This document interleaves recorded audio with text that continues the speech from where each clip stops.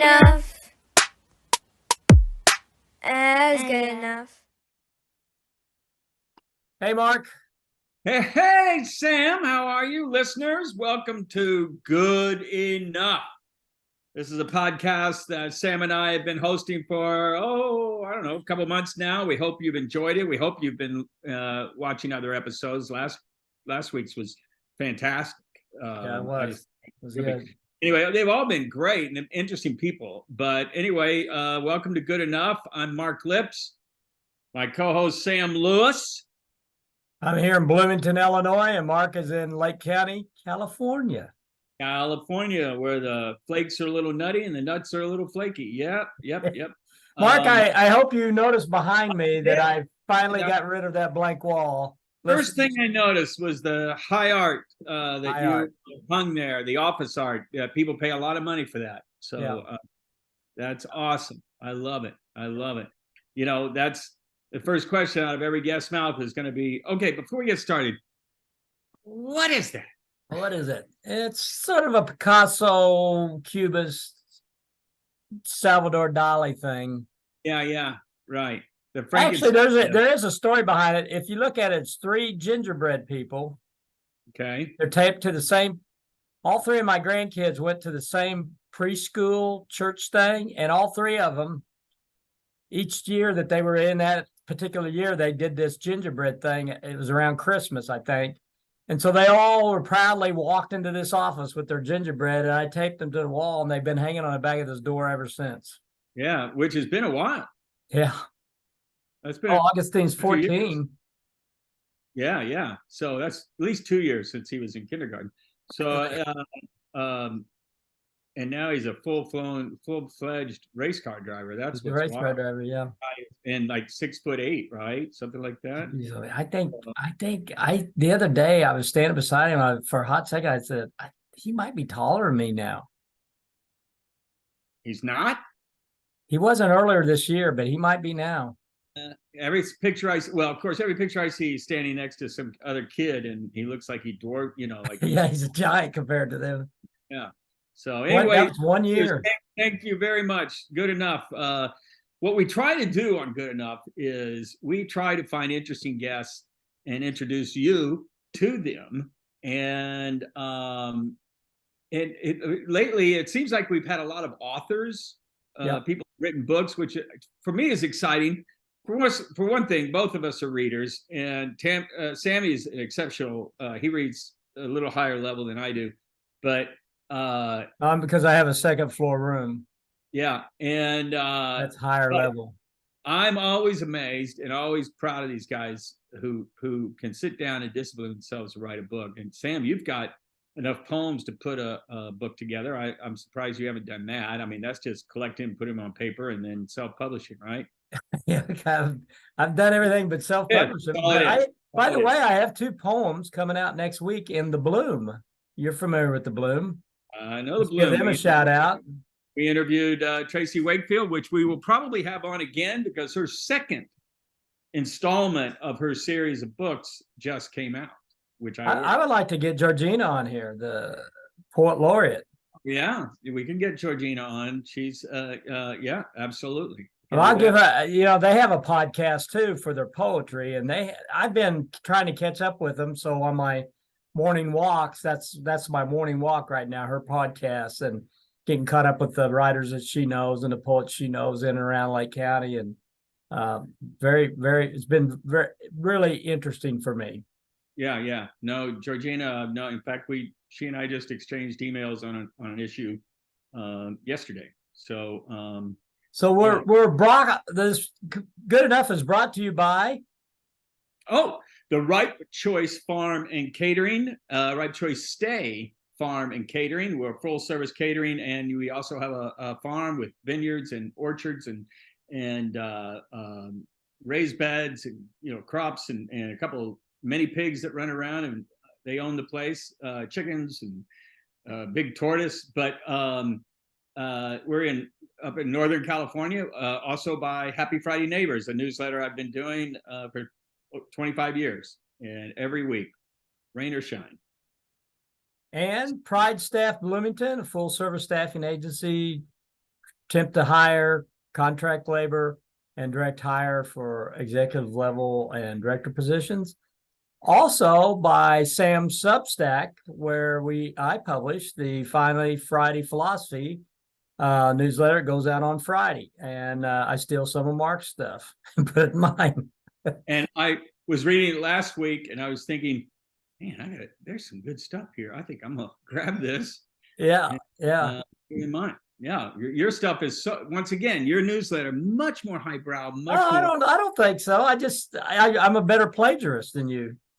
Well, I think you just really you up the game, baby. So hey, you know what time it is? You know what time it is? It's time to meet Joe Ciccolo. Yeah, our guest today, who listeners, this is going to be fascinating because I don't understand cryptocurrency at all. So I didn't understand half the words on his bio. I'm going to read his bio when he gets on here. All right, let's get over there and meet Joe. Okie doke. Bye. Flying high.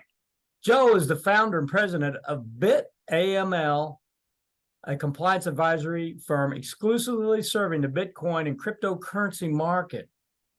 Founded in 2015, BitAML has served hundreds of innovative clients, including Bitcom ATM operators, cryptocurrency exchanges, OTC desks, trading platforms, DeFi projects, NFT marketplaces, cryptocurrency hedge funds, prepaid crypto cards, and lenders. You understand all that, right? Oh, every bit of it. Every bit of it. Right. The third grader could. BitAML provides consulting and advisory services across the risk management discipline, including anti-money laundering, consumer protection, fraud prevention, and cybersecurity. In addition to working closely with innovative cryptocurrency companies, BitAML also advises law enforcement agencies, lawmakers, lobbying firms, and think tanks. Yeah. So wait. So he's against money laundering? Well, I think that's a fair question when we get him on here. He says he's with law enforcement, that he consults with law enforcement. So it sounds like he's one of those guys that anything to do with the crypto world, you talk to him and you can figure it out. In addition to his leadership role in BitAML, Joe serves on board of directors for Digital Currency Traders Alliance, a nonprofit organization that educates policymakers about cryptocurrency sectors, promotes consumer protection, and advocates for everyday consumers. Oh, so is he a lobbyist? Well, I think he works with them. Consultant. Well, these would be good questions for him. Joe is a member of the Association of Certified Financial Crime Specialists. Oh, there we go. Contributed to the preparation of its crypto compliancy specialization. He's also the co-host of ACFCS new quarterly crypto compliance webcast, Between Two Coins. I like the title of that. And it's like Between Two Firms with Gaffney.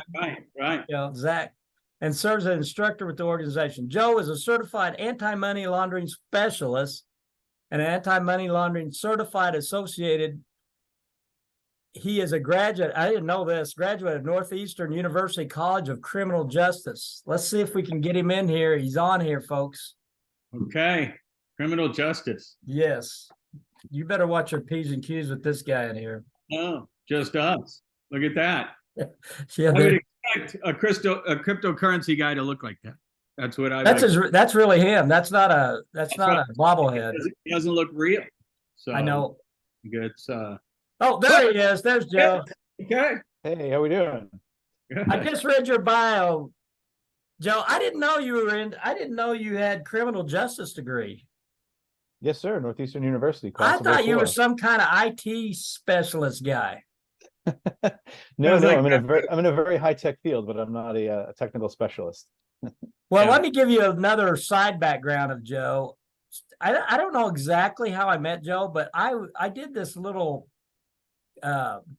piracy thing one time. I brought together some people for my office to meet in my office to talk about the future and predict the future. And somebody, I just random people, and somebody had suggested, I think this is how we met. Hey, you got to talk to that Joe guy. He's into something to do with these electronic coins or something. So we had a few meetings over here in the office where on Friday we just drink coffee or beer and talk about our predictions for the future. And we had some interesting people in here. I kind of feel like maybe that's something I ought to start up again. And we called ourselves the Crystal Ballers. That's right. Crystal ballers. Crystal like Ballers. I like that.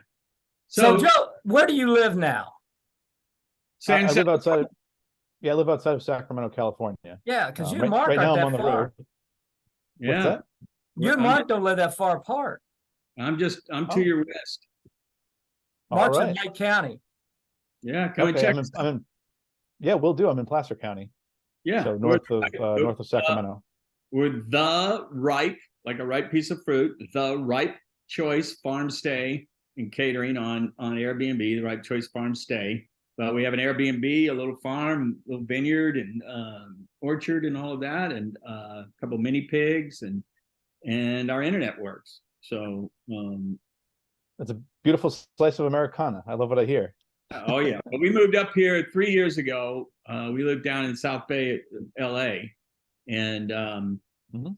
I was retired, and I was ready to buy the house in Italy for $1, something, like change it up, and then. And Tammy was always a beach, homebody, and had a successful catering business down there. And then she got this from a realtor. We'd never even heard of Lake County. It's Lake County around Clear Lake, and Right. never even heard of it. And but this farm came up for sale and had a commercial kitchen and event space and all that. And she said, "Hey, let's go do this." So we bought it and moved up here. And then 2 days later, COVID shut us all down. So, but that was fun. That was fun though. Well, So, Joe, in your listen, bio, I'm reading this bio and I don't understand half of the stuff that's in it. And I remember you got me into this blockchain seminar, and I'm glad I went. I didn't understand half of that, but I understand blockchain more than I did, and sort of how it fits in with cryptocurrency. But I guess, my worst investment story is one where you had told me to buy one of the cryptocurrencies. I don't remember what, I think it was Bitcoin, and it was like $60 a coin or something like that. oh my God. Well, no, I'm making that up. It was probably $300 a coin. But still. And I went to Mark D. You remember Mark D. DeKirschreiber? Sure do. And I said, Mark, Mhm. we should go in and buy some of this. And, about that time, Warren Buffett come out and he said, it's crypto's rat poison, eating rat poison. So we didn't do it. And of course, it went to 30 grand a coin or something, Mhm. What's Even wrong where- At one point, it was up to 60. It was at 68,000 at one point. 68,000, yeah. yeah. So Yeah, what's it's down. what's the latest in the world of Bitcoin? Is it going away? Is it dead? And I'll tell you right now, somewhere in this conversation, Mark's going to ask you, what do you think about AI? Will it kill us? So just plan on that. So tell us about Bitcoin and compliance and all that. Yeah, well, Bitcoin continues and refuses to die. It's here to stay. What piece of the overall financial services puzzle that it holds for the future? I mean, that's to be determined.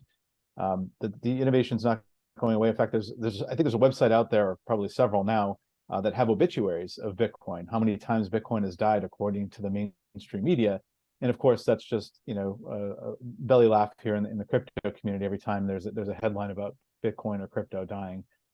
It's not going away. I think anytime the price goes up or the price goes down, it becomes fodder for, oh, this is a bubble, or this is, Beanie Babies, or something that is just nonsensical. The technology is there. It works. Anyone can use it. I use it. Folks use it every day to send money internationally anywhere in the world, near instantaneously, for a very modest amount of money in terms of the mining fees or fees paid for transactions. It's just a great way to send and secure transactions. And here in the Western world, we're a little blessed to call it a speculative investment. But if you go to the developing world, which I think is the best use case, that's where it's an everyday means of moving money. It's a lifeline. Can you imagine opening and maintaining a bank account in Venezuela when the country is just continuously printing money to the degree that the currency is virtually worthless?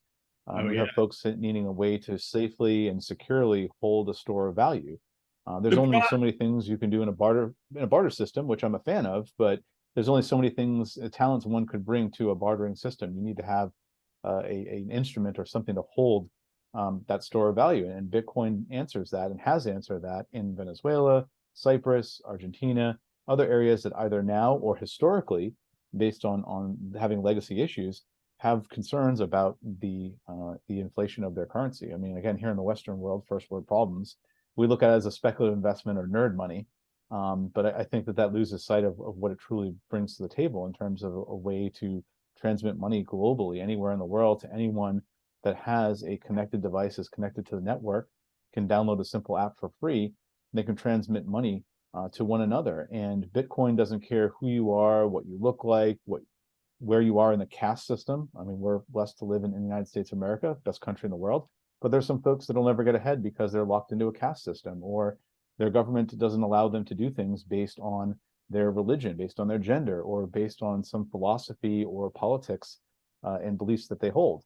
And that's sad and in some ways unrecognizable to us in the States, but it's a reality that holds folks back from basic commerce and basic ability to hold, transfer, and sustain wealth. And that's What again, about that's where the big innovation with Bitcoin is. Is it still a good investment? In terms, I get it that it's a secure transaction and all of that, but is it like stocks that just you have to wait for it to go down and then you know it's going to go back up maybe? But is it still a good investment? I mean, that depends on who the prospective investor is. I mean, as with any investment, only put in the amount of money you're willing to lose. The prices of crypto, not just Bitcoin, but other crypto assets, are extremely volatile relative to the US dollar. They swing up and down. There's very limited liquidity. So it seems like anytime someone sneezes, the price goes up and down an appreciable amount. But I think, as with any investing, the most dangerous aspect is trying to get off in the middle of the ride. It's like a roller coaster. You know, you want to get on in the beginning, get off at the end. If you try to get off in the middle of the ride, you know, when you're doing a loop or an uptick in the price of crypto, or in our case, for example purposes, the roller coaster, you don't then want to get off the ride. Well, so we tell folks, say, look. What about the fact that, you know, when it was just Bitcoin, it was great. But man, now there's this plethora of cryptocurrencies out there that you kind of wonder, okay, who's going to survive, who's not, who's good, who's hot, who's not. That sort of, you know, it's so you're kind of and I guess stocks, sort of like stocks, you're, as a consumer, none of us are knowledgeable enough, really. We don't know, okay,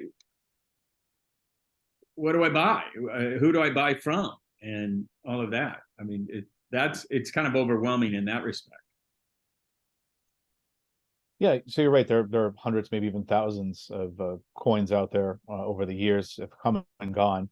Most of them are pet projects or just really never really got off the ground. I mean, once you get past Bitcoin, Ethereum, Litecoin, and a handful of other sort of well-known names in terms of coins, after that it sort of drops off after the top 5, 6, 7, whatever. It just becomes someone's pet project. And there's a lot of hype around, you know, smaller coins. Some of that is you know, the idea that someone's project's trying to get off the ground, they're trying to hype it up. Some of them are outright frauds. But most of them are just someone's idea or someone's passion, and it didn't really get fully formed, and it didn't get the traction. Because if you're competing in a market with cryptocurrencies, Bitcoin has first mover advantage. It has a proven model. It's been used for several years now with great success. And if you're bringing another coin, you have to have some order of magnitude better, a compelling case for that coin, that someone would say, well, instead of getting a Bitcoin or instead of getting Ethereum, I'm going to get Sam coin. I'm going to get Mark coin. Well, why would you want that? Right? What does it do, you know, based on its code or its utility? That'd be good enough, right? Barely good enough. Yeah, oh, good enough coin. There you go. Yeah, good enough coin. You know, what kind of, you know, the other thing that people talk about, and this is, I'm from 1,000 feet. I, you know, just don't know much about it, but is the energy it takes to make a coin, right? How detrimental is that to the growth of this industry? Yeah, I don't think the energy required is detrimental. I think the misguided policies that seek to, you know, apply some sort of environmental lecturing to proof of work. And so let's separate the two. There's proof of work and proof of stake. When we're talking about proof of work, that's mining. That's what folks think about when they think about Bitcoin and other proof of work types of coins, since you asked. It does require a lot of energy. Bitcoin wears its energy on its sleeve, right? It's very visible. You can see the mining rigs. You know that there's a lot of energy output. But what's important to remember is the difference between production and consumption, right? Bitcoin consumes, or Bitcoin mining is a scavenger for energy. It consumes energy that no one wants. Because of the cost associated per kilowatt, you have to really realistically be down to 1 to, not maybe more than 5-6 cents a kilowatt for electricity. And that's very difficult to do, especially in my state of California, but it's very difficult to do across the board. Some miners can get up to 10% or 10 cents per kilowatt and maybe get away with it and with a thinner margin. But it is so key to get that down because it's the biggest expense. And so what that necessarily means is that mining and mining rigs are positioned near renewables. They're positioned near energy that no one wants, like the capping of methane gas, right? So you've seen methane flare at the top of the stack, right? And so capturing that, which would otherwise just go out into the ozone layer, out into the atmosphere, let's capture that. No one wants it, and so you see large oil companies, they're actually mining crypto, right? Because they're saying, well, we can do a little bit better by the environment, but at the same time, we can actually make some money and provide a service that helps folks globally transact. And so looking at that as good stewardship, they take on that sort of augmenting of their sort of the tail end of their business model or production model, I should say. So yeah, I think it's really important to sort of look at the difference between consumption and production. There are all these stats. Well, Bitcoin mining is the same as running your house's electricity in this country every day for 1 year or something like that. That is really not helpful. Pointing out where and how this energy is utilized and how it's used is helpful. And by the way, I've not heard the traditional bank sector offer anything in the way of what their footprint is, from running bank branches to high rises downtown, armored cars, servicing ATM machines. The physical creation of money. The physical creation of money takes absolutely paper, ink, factories. Yep, right. People commuting to work into a branch. Yeah.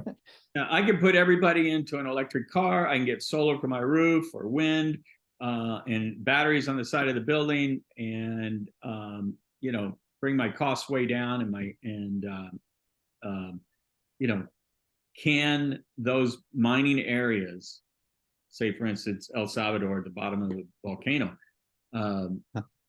can those be run off? I mean, can that be captured and stored with batteries and solar and all of those other renewables utilized? So wait, say that again. So I'm wondering, can that industry tap into the movement towards renewable energy, where that industry captures that energy and then uses it, from the sun or from the wind, and puts it in a battery and then uses that to make crypto, currency? Yeah, it could very well do that. I'm not familiar with the with the energy sector per se, but I do understand that the lower the cost is, that's where the miners are going to come in and try to capture that. What's important to know with crypto and Bitcoin mining in particular, unlike general use case for electricity, is someone has a home, office, or something they need to use electricity for. So generally it's near a population center. Well, in the case of mining, you could set up a bunch of rigs in the middle of nowhere, in the hot sunny desert that no one's going to live there, or in a very windy place where no one's going to live there either, and capture solar and wind energy respectively, right? Or hydroelectric. There are a lot of mining rigs up in upstate New York. Very limited population, but there are towns where mining companies have set up shop and employed folks and are able to take advantage of low cost electricity through hydropower. So can I change the direction a little bit? I'm Sure. interested in the compliance and the forensics and the crime fighting. Do you have a cape and a mask that with you have the B on your shirt, so that's a good start. Yeah, I've got the V. I'm rocking the V Bitcoin swag today. No, I appreciate you asking about compliance. I think folks, when they think about Bitcoin and crypto, they think, oh, it's the Wild West, and no one's really, there's no regulation or anything like that. It couldn't be further from the truth. There's a lot of regulation and there's a lot of onus on regulators and regulatory action in crypto, much more so than we're used to in traditional regulatory matters, traditional financial services. So any number of agencies are actively involved in licensing, registering, and overseeing the crypto space. And most of the clients we work with are designated as money transmitters, which is a type of money services business. So I'm sure you've heard of Western Union and MoneyGram. So that same regulatory plane, if you will, is where you'll find most of the crypto exchangers, the online exchange platforms, Bitcoin ATMs, or other retail, generally retail, business models where they are affecting the exchange between a fiat currency and a cryptocurrency, or between one crypto and another. And so that means they have to register with the US Treasury as a money transmitter. They're subject to examination at any point in time, with or without notice. Thankfully, there's usually notice, but they can be examined at any point in time federally by IRS agents under Title 31. And then they also have to obtain a state level money transmitter license in every state in which they do business. And so how do they get if you're going examined? national, you have to get all those different state licenses and adhere to the different state requirements. So it's really strong oversight, to say nothing of the SEC and securities, and then it's a commodity with the CFTC. That depends on the fact pattern, but most of the folks that we deal with and most of the industry at large is covered under FinCEN as a money transmitter. So how do they get examined? I mean, that was one of the things early on about Bitcoin. They didn't even know who invented it, and it was used for illicit activities. So how do you, that tells me that nobody can examine it because they're using it for, what I mean? There's a question in there somewhere, Joe. I don't know what it is, but you probably guess where I'm going with that. Yeah, I see where you're going with that. So when you think about a crypto transaction, the Bitcoin network is not regulated by regulators per se. It's the entrances and exits, on-ramps and off-ramps. Okay. And you go through a centralized institution like an exchange, right? So I'm sure you've heard of Coinbase or Kraken or some of the popular crypto exchanges online. They're obligated to register with the federal government as a money transmitter. If they don't, they can face up to 5 years in prison and a significant fine. So there's a pretty strong carrot and stick involved there. And then what happens once they register with FinCEN, again, a bureau of the US Treasury, is they essentially get on a cycle with the government for examinations. And then they'll have one examination, and depending upon how they do on that, the next examination is scheduled out, and the examiners come back in and look at, among other things, their anti-money laundering, which you'd asked about that, their anti-money laundering, their fraud detection, their ability to prevent scams, cybersecurity, a raft of different risk management measurements and controls and compliance expectations that they have to meet. That's where our consultancy comes in. We help on preparation and adaptation of what those rules and best practices look like, so that our clients who are on the B2B side, right, or B2B to us, rather, that are offering products like online exchanges or Bitcoin ATMs, that they have the tools and the information they need in order to be not only successful in terms of compliance, but to meet regulatory standards and meet their legal and other obligations. So are we behind the rest of the world? Are we, I'm always amazed with the US. We're behind in labeling food products. We're behind in renewable energy adoption. We're behind in, so many things that Europe has been doing for years. Are we behind in cryptocurrency? Absolutely. There's no question the US is falling behind every day in terms of cryptocurrency. We have no shortage of innovation. I think, innovative and entrepreneurship or entrepreneurial thinking is something that we're culturally predisposed to here in the US, and I think that's fantastic. Unfortunately, the buzzsaw of regulation and less pressure on the regulators, more pressure on the politicians, who seem to think that, because of the FTX collapse or because of a bunch of bad headlines, that means they ought to pass a bunch of bad legislation. Or no legislation at all, which in some cases. The thing is, the more people who, like you said, we're an entrepreneurial society, and the more people who get into that business, the more failure you're going to see, and then that begets conversation that, this is, like you said, it's skeptical investment, or it's not something I want to dabble in, or things like that. But like you said, but if you stick to the main brands, I guess you you treat it like a stock. You look at the trending and think you found where it's gone to the bottom and buy in, and then you just got to hold, I guess. I don't know. My thought on that Yeah. though, I guess where I kind of changed my thinking about it as being an investment is, I mean, it is a tool. I mean, that's its number one job is to be a tool, not an investment necessarily. And of course, you could make anything an investment, right? But Sure. I go back to, I was just thinking where we might have met. You used to run Million Cups, didn't you? Didn't you do Million Cups? Yeah, correct. 1 million cups. We had a chapter in McLean County when I lived. That might have back in been your where neck I of the first woods. met you. I went to a Million Cups meeting and that Mhm. was interesting. Nobody does that here anymore. I don't even think, there's no startup box or slingshot. They're gone. Is that So is that a beer pong game? it is some nights.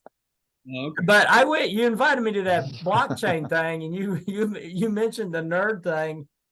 Mark, I'm gonna tell you, I have never felt more cool in my life than I walked into that classroom with all those Bitcoin guys. I mean, I was the coolest guy there. Well, I did. Okay, so Joe, Except for Joe, I was the coolest I guy. want to get your take on this. And I had no tape on my glasses. I wasn't wearing a pen protector. hopefully, I mean, it's not like we have a lot of time, but because you could probably spend a lot of time on this. But I did a surf trip to El Salvador, Mhm. and that is a Bitcoin country. Yes. The president there spent a buttload of money of the country's money and gave everybody some cryptocurrency.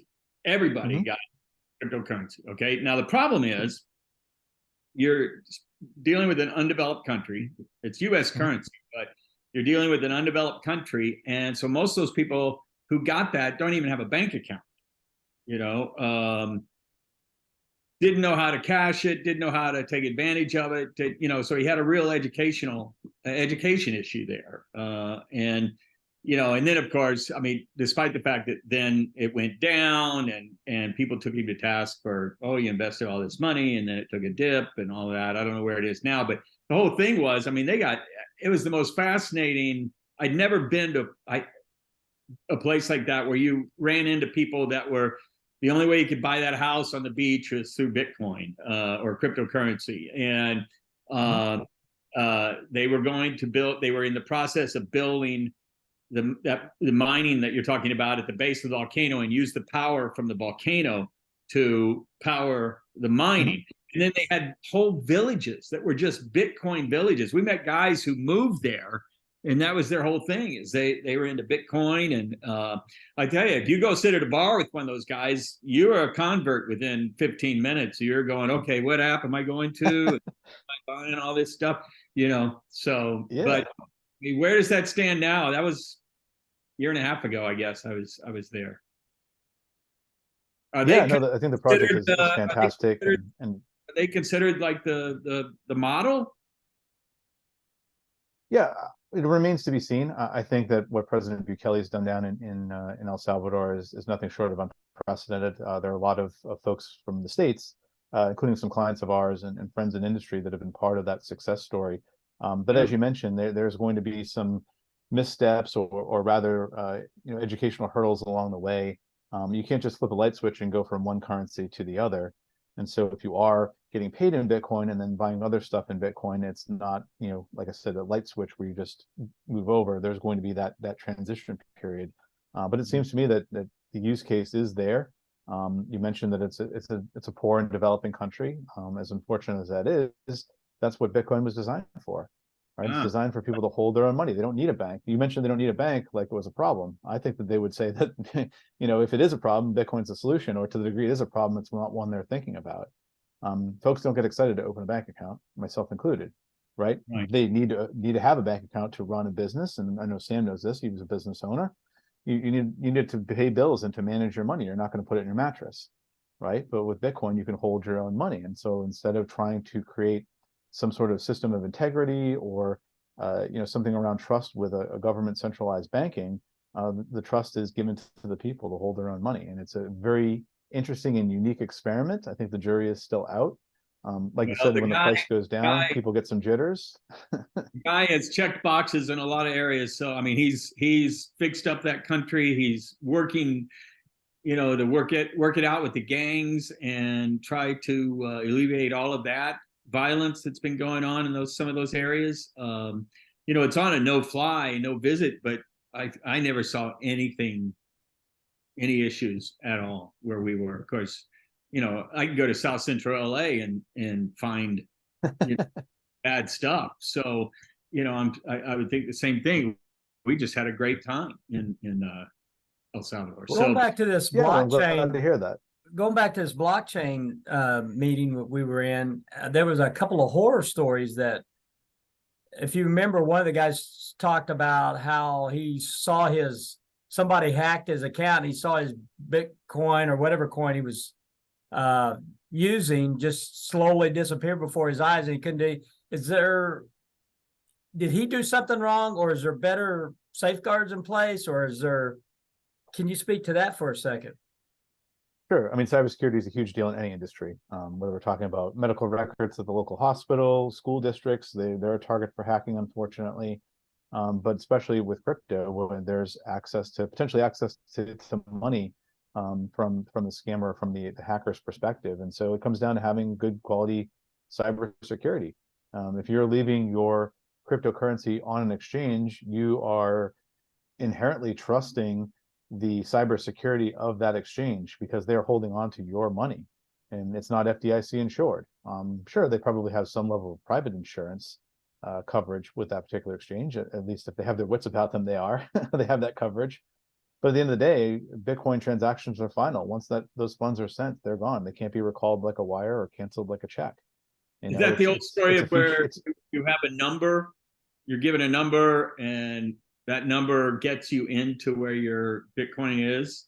And because remember, that story about the guy who lost his number and therefore millions of dollars worth of Bitcoin, digging through the junk files and stuff, trying to find it, that sort of thing. Yeah. The latest news is he's suing the local municipality because they won't let him dig up the trash heap. But that's a different story for a different time.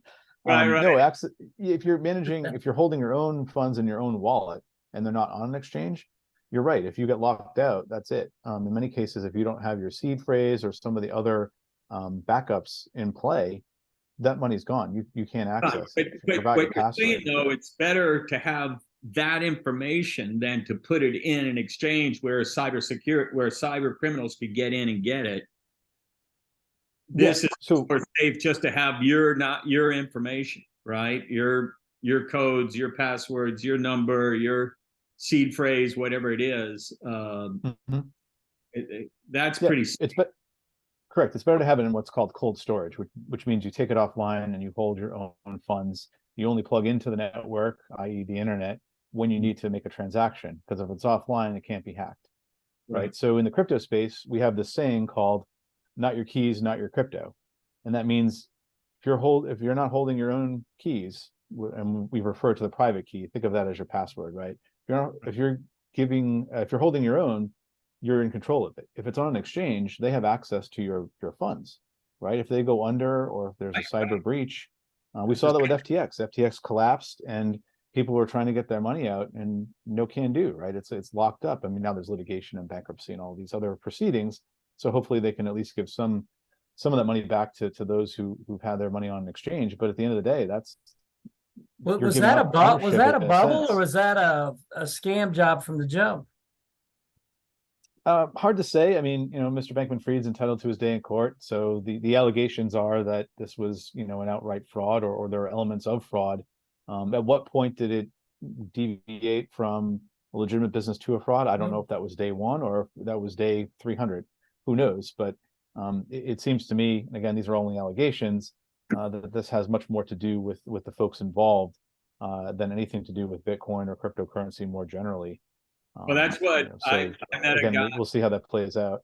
Right. I met a guy in a local bar here, actually, who early on mined his own coin, right? His own, however he did it.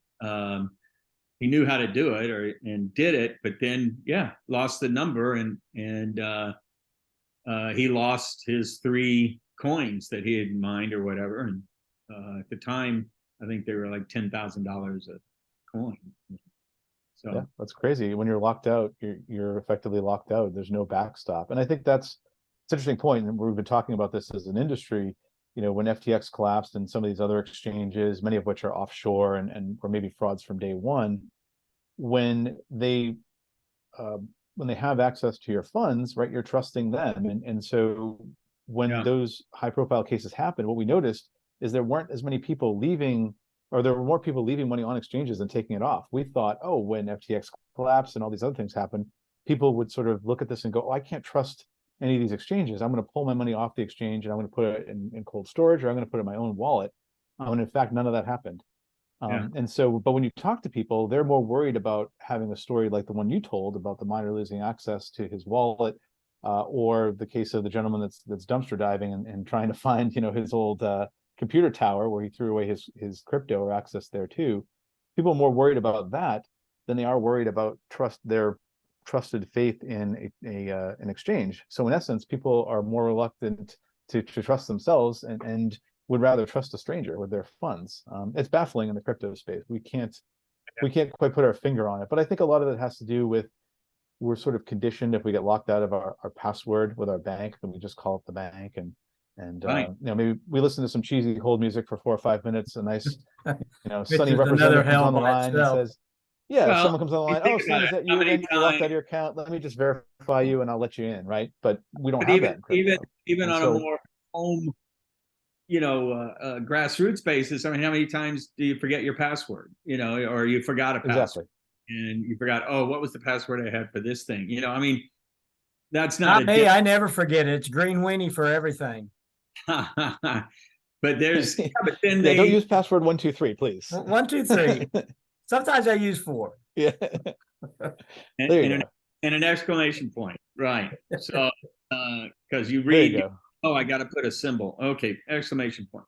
The right, right there is, and we think nothing of it because we're not invested, and we can hit a button that says "forgot password," which I guess. If you can believe it, we're down to 3 minutes. Yeah. So here's what I want to do. I want to take a photo. AI. Let's talk AI. Well, let's not. Too late. It's too late. Well, I told you we're going to take a photo. So I'm going to say 1, 2, 3, and everybody smile like I'm taking a picture. 1, 2, 3. Okay. All right, that'll help me. So Joe, I really appreciated this. I miss rapping with you about all things innovative, creative, predictive, all that stuff. I'd like to get the crystal ballers going again in some form, but I like that idea. Crystal ballers. It was a lot of fun. We didn't keep minutes or anything, but we just. So Joe, you're a Rotarian, right? Didn't yeah, sure am. I was a member of. Okay. Yeah, I was a member of a Rotary Club. Never come over here. We meet back in Bloomington, but now I am. Yeah, we meet at O'Meara's in Lakeport on Wednesdays at noon. O'Meara's is a brewery here, and if you ever over here, I'd love to have you as a guest speaker. I mean, to talk about that stuff, I think would be fascinating, and be a guest Rotarian. That'd be great, and same holds true. You're welcome anytime at the South Placer Rotary Club. We meet at Windy Oaks Country Club in Rockland every Wednesday at 12 noon. Joe, where are you at right now? Where are you at right now? I'm at the Permissionless Conference in Austin, Texas. It's one of the largest DeFi or decentralized finance conferences in the world.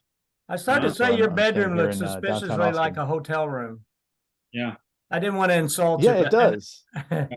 Well, I made my bed just in case my mom's watching. Sam's room looks suspiciously like an elementary classroom. So Mark has made fun of me for this blank wall. Hey, listen, we got to say our goodbyes now or we'll get cut short. Joe, I appreciate it so much. Wish you best of luck. Want to stay in touch with you. Very interesting. Really interesting. Yeah, and I hope you and Mark get hooked up out there and maybe I get out there one of these days. I was through Sacramento in February, so maybe we'll get out there again. I hope to soon, and maybe we can hook up then. But again, thank you so much.